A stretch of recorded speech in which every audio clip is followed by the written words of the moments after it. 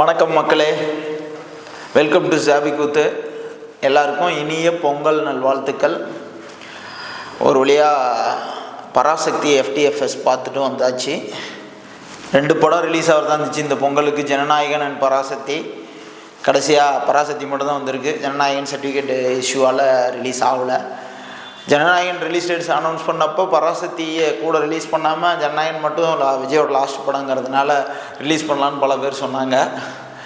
நல்ல வேளை பராசக்தியை கூட ரிலீஸ் பண்ணாங்க. இப்போ ஜனநாயகனும் இல்லாமல் பராசக்தியும் இல்லாமல் போயிருந்துருக்கோம். பராசக்தி எதை பற்றி பேசுதுன்னா, இந்தியாவில் நடந்த லாங்குவேஜ் வார், மொழி போர் அப்படின்னு சொல்லப்படுற விஷயத்தை பற்றி பேசுது.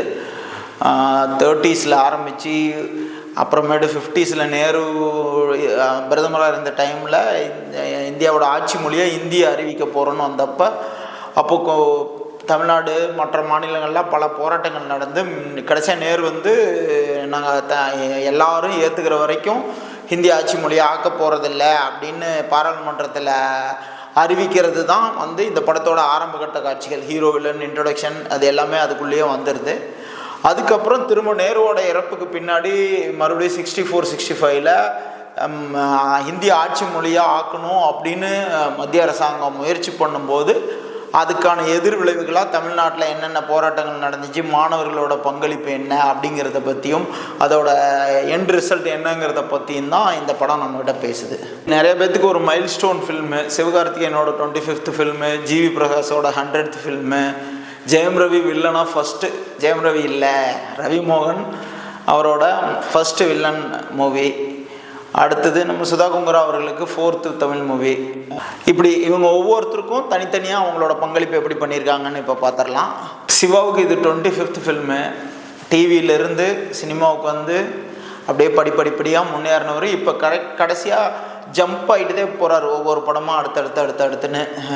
அமரனில் ஒரு பெரிய லாங் ஜம்ப் அடித்தவர் இப்போ பராசக்தியில் ஒரு ஹை ஜம்ப் அடிச்சிருக்காருன்னே சொல்லியிருக்கலாம். ஒரு மல்டி ஸ்டாரர் மூவியில் இவர் தான் மெயின் ஹீரோ அப்படிங்கிற பொசிஷனுக்கு வந்துட்டார். நல்லாவும் நடிச்சிருந்தார், அருமையாக நடிச்சிருந்தார். அவருக்கு கொடுத்துருந்த கேரக்டர் அவர் பக்காவாக அருமையாக பண்ணியிருந்தார். அதான் அடுத்தடுத்த லெவலுக்கு போயிட்டே இருக்கார். இன்னும் அவரோட மார்க்கெட்டும் இன்க்ரீஸ் ஆகிட்டே போயிட்டுருக்கு. அப்புறம் ரவி மோகன் ஃபஸ்ட் டைமாக வில்லனாக நடிக்கிறாரு.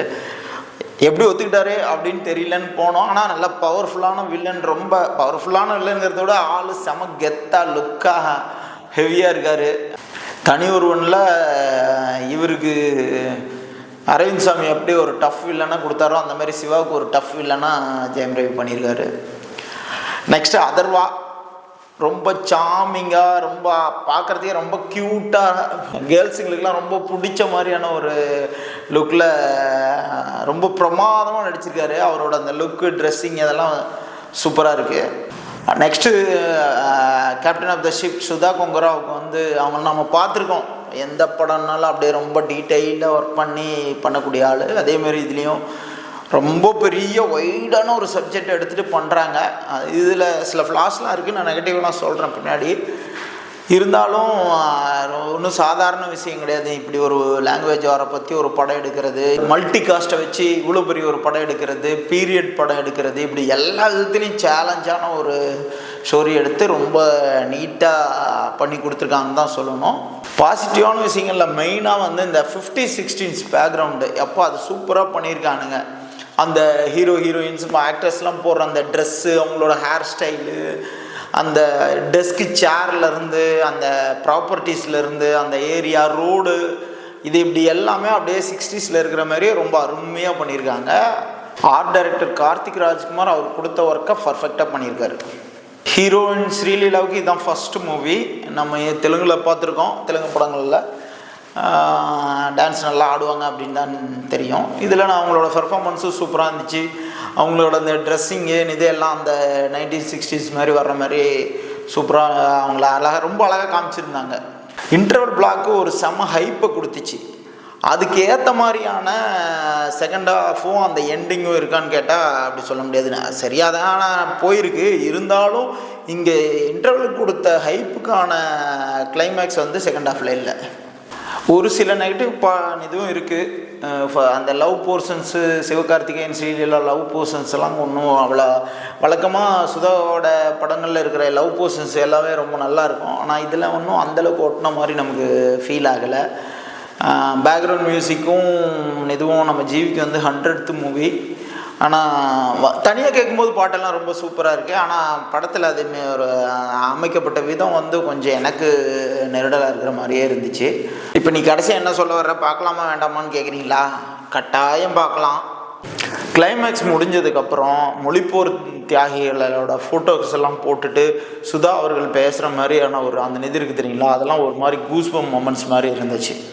ஆனால் இப்போ இருக்கிற ஜென்சிக்கு இது எந்தளவுக்கு கனெக்ட் ஆகும், இந்த ஸ்டோரி என்னன்னே பெருசாக தெரியாத ஆளுங்களுக்கு ஒரு சில இடங்கள்லாம் அண்ணா காட்டப்படுறாரு, நேரு காட்டப்படுறாரு, இந்திரா காந்தி காட்டப்படுறாங்க. அதோட விஷயங்கள்லாம் அவங்களுக்கு எந்த அளவுக்கு தெரியும், அதை எந்த அளவுக்கு புரிஞ்சுக்க முடியும்னு தெரியல.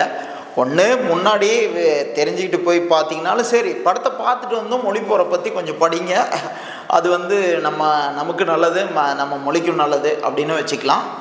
நீங்கள் பராசக்தி படத்தை பார்த்துட்டு வந்து கமெண்டில் எப்படி இருந்துச்சுன்னு சொல்லுங்கள். நன்றி, வணக்கம்.